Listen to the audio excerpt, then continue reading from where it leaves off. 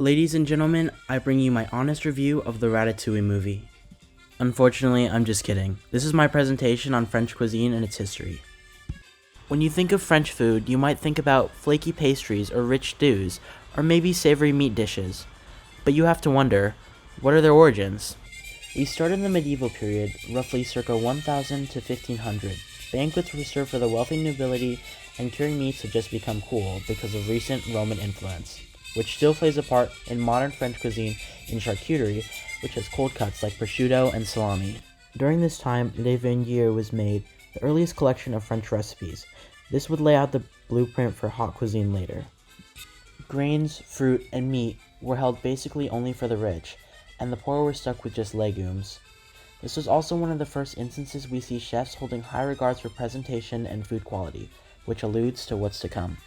This time period's flavor profile particularly stands out because of its acidity from vinegar, which was made from fermented wine.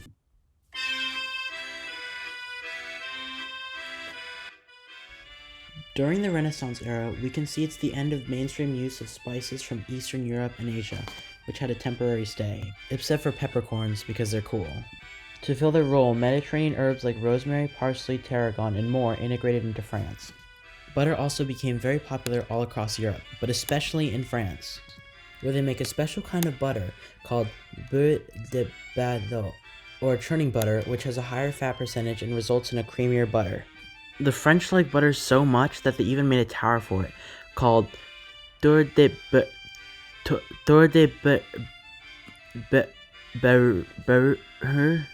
Anyways, another major influence for France's culinary advancement was Italy, who had just gotten tomatoes from the New World and refined their usage of them and gave that knowledge to France along with truffles and garlic. So why would they do that for France? Because Catherine de' Medici married King Henry II and brought with her Italian influence. At the time, Italian chefs were much more proficient, and France probably wouldn't have been able to get where they are culinarily wise without them. Speaking of the Columbian exchange, along with tomatoes, France also got capsaicin peppers for spice, as well as potatoes, which are staple now, making one of my favorite dishes, potato au gratin. The defining factors of this period include the richness of the food from the newfound use of dairy products, which comes along with decadence. Italian influence also advanced the gastronomy rapidly.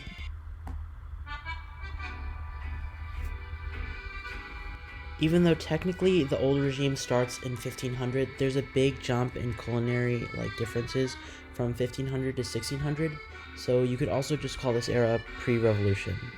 Of course, we know that the old regime had 3 estates, blah blah, whatever. The estates are what caused nobility to take interest in haute cuisine again, as it became associated with aristocracy. This allowed for it to really develop intricate techniques such as emulsification, sautéing, and choux pastry. Regions also became more independent in a culinary sense, such as Normandy being known for dairy, Burgundy for wine and beef, and Provence for its Mediterranean influence.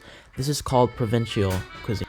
Like what happened during the Renaissance era, spices were now being replaced by herbs almost completely now, with saffron, cinnamon, cumin, ginger, and nutmeg being switched out for herbs like parsley, thyme, bay leaves, rosemary, sage, and tarragon, to focus on fresher flavors. 2 very important figures from this era were François Varin and Marie Antoine Carême. Marie invented the mother sauces, bechamel, velouté, espagnole, tomato sauce, and hollandaise. However, to counter haute cuisine, the works for nouvelle cuisine were laid out, which involved using lighter ingredients with a heavy focus on individual ingredients and presentation. Not too different from the Renaissance period, there was a heavy focus on dairy and hearty filling meals, though there's more diversity with some populations preferring lighter things. There's also diversity by region, as French cuisine has continued to be explored as time passes.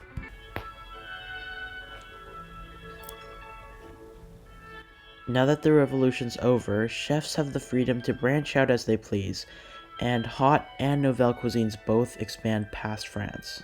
2 important figures in nouvelle cuisine were Henri Gault and Christian Malou, who encouraged innovation and creativity in cooking.